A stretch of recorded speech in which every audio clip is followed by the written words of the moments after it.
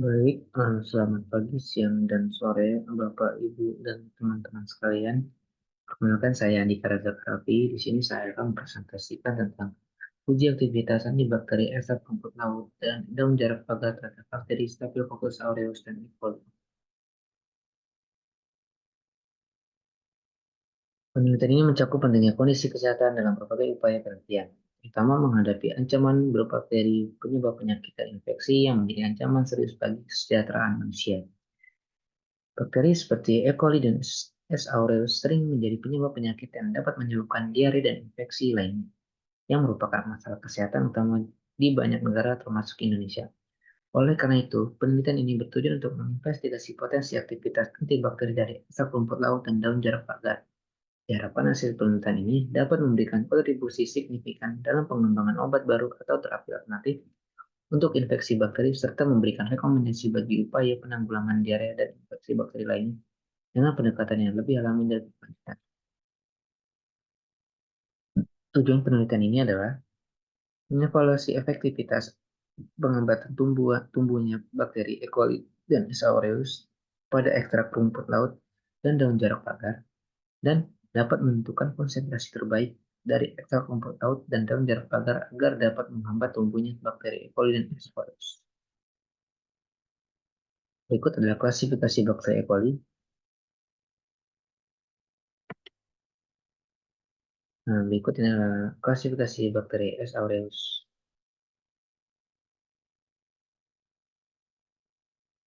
Baik, seperti di latar belakang tadi, infeksi diare itu merupakan perubahan tiba-tiba dalam konsistensi tinja yang disebabkan oleh peningkatan kadar air di dalam tinja melebihi tingkat normal, disertai dengan peningkatan frekuensi buang air besar lebih dari 3 kali dalam satu hari dan biasanya berlangsung kurang dari 14 hari.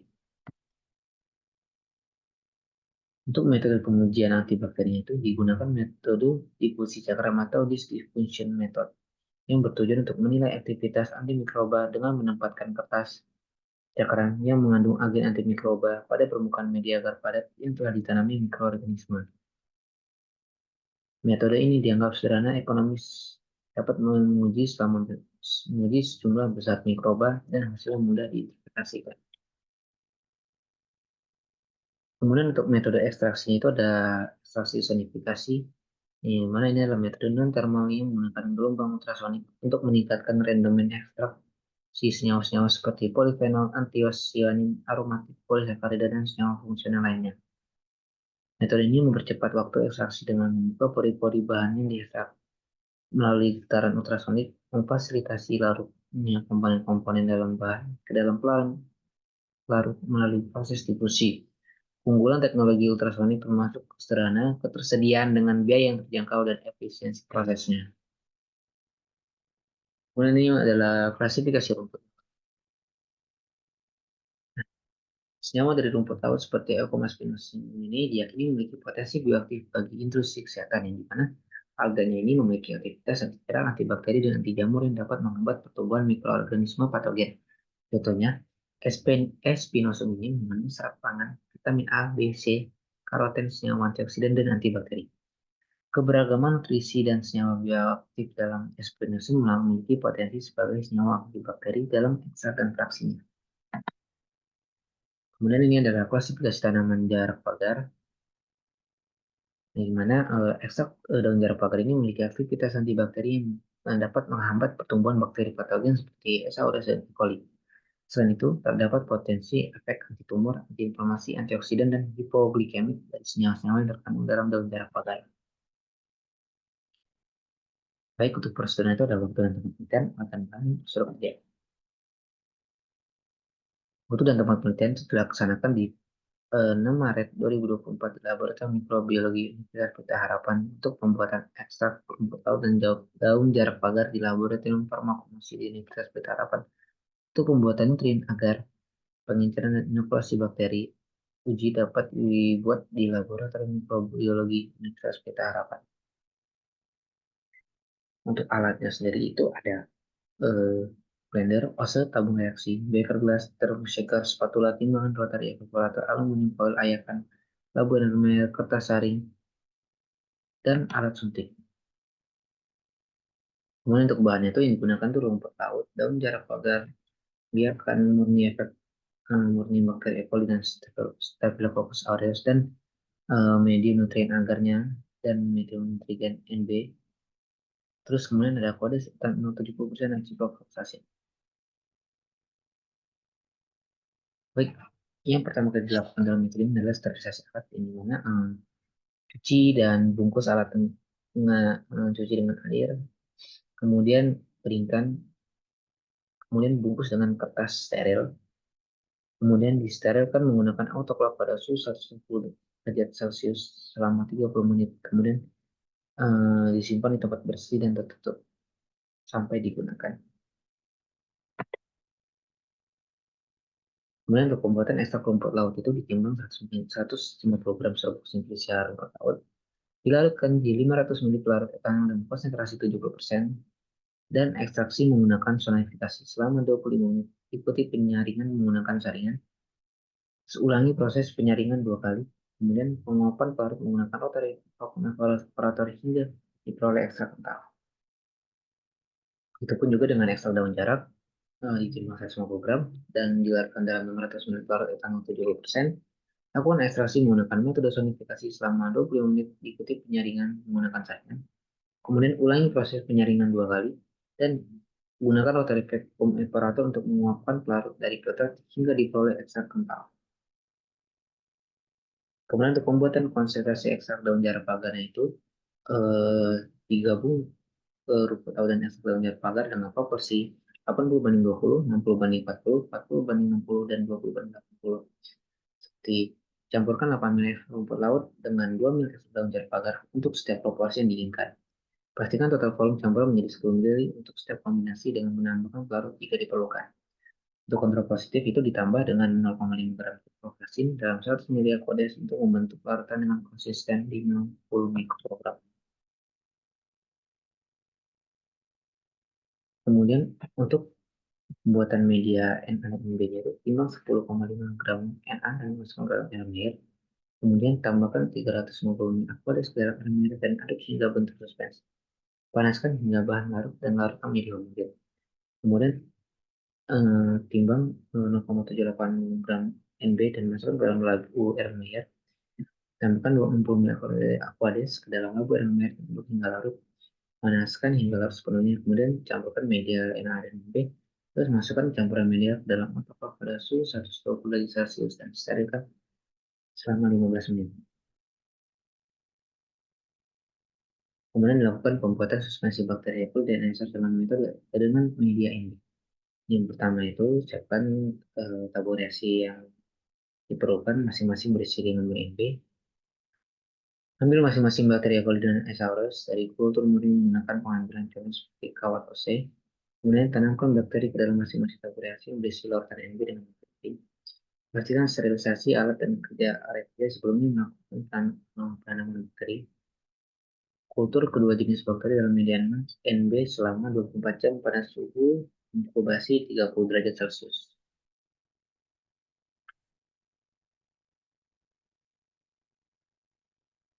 Kemudian screening aktivitas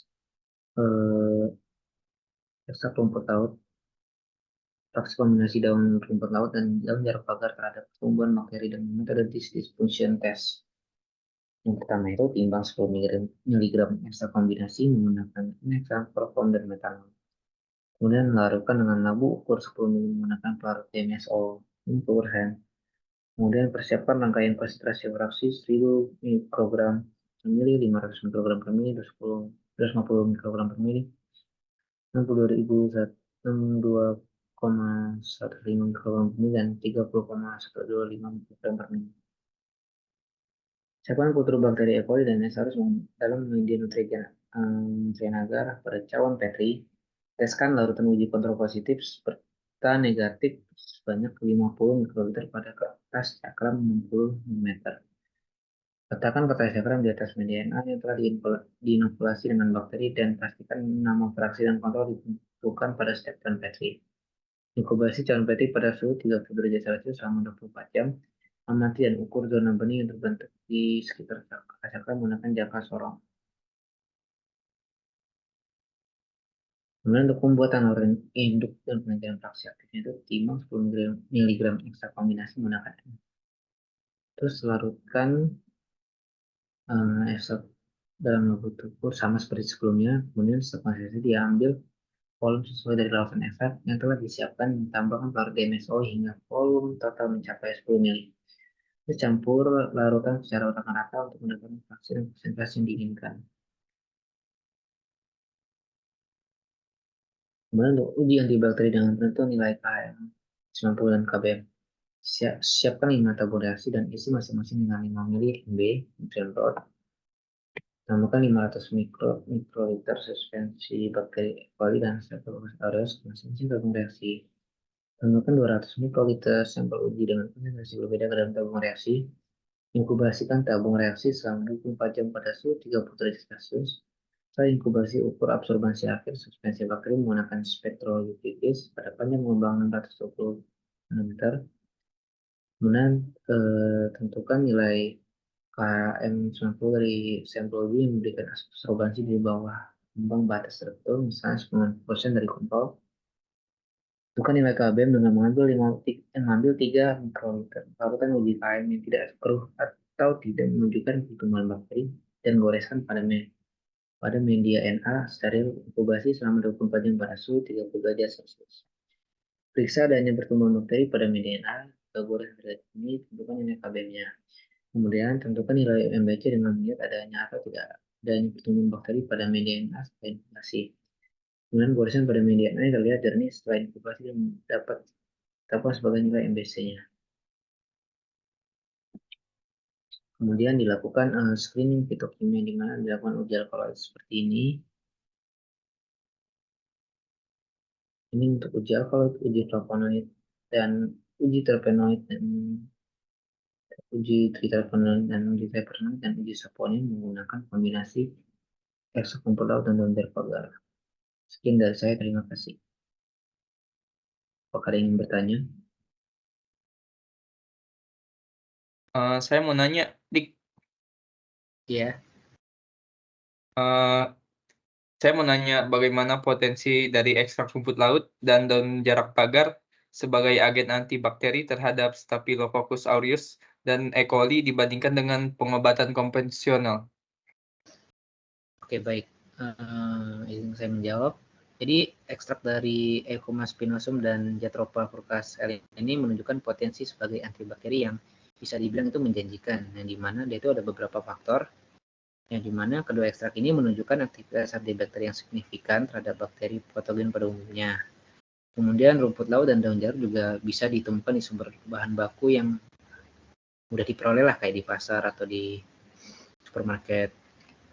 Terus untuk keamanannya relatif menunjukkan bahwa kedua tanaman ini aman untuk digunakan dan relatif lebih efek sampingnya lebih kecil dibandingkan dengan obat konvensional seperti antibiotik yang memiliki resiko seperti resistensi antibiotik dan efek samping yang lebih merugikan.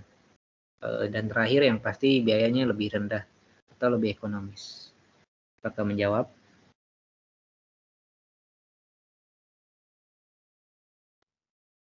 Oh iya, sudah. Makasih. Apakah ada yang bertanya lagi? Dik, saya mau nanya Dik. Iya, boleh. Ya, tadi kan dijelasin mekanisme kerjanya itu tuh gimana sih kayak mekanisme kerja ekstrak rumput lautnya itu sama daun jarak pagar hingga dia tuh bisa melawan Staphylococcus aureus sama si Escherichia coli-nya secara antibakterinya gitu. Oh, jadi mekanisme kerja pertanyaannya di sini saya akan menjawab. Menurut beberapa penelitian itu menunjukkan kemungkinan mekanisme yang terlibat itu termasuk pertama yaitu gangguan pada dinding sel, di mana senyawa aktif dalam ekstrak mungkin menyebabkan kerusakan pada dinding sel bakteri yang mengakibatkan kebocoran dan kematian sel bakteri itu sendiri.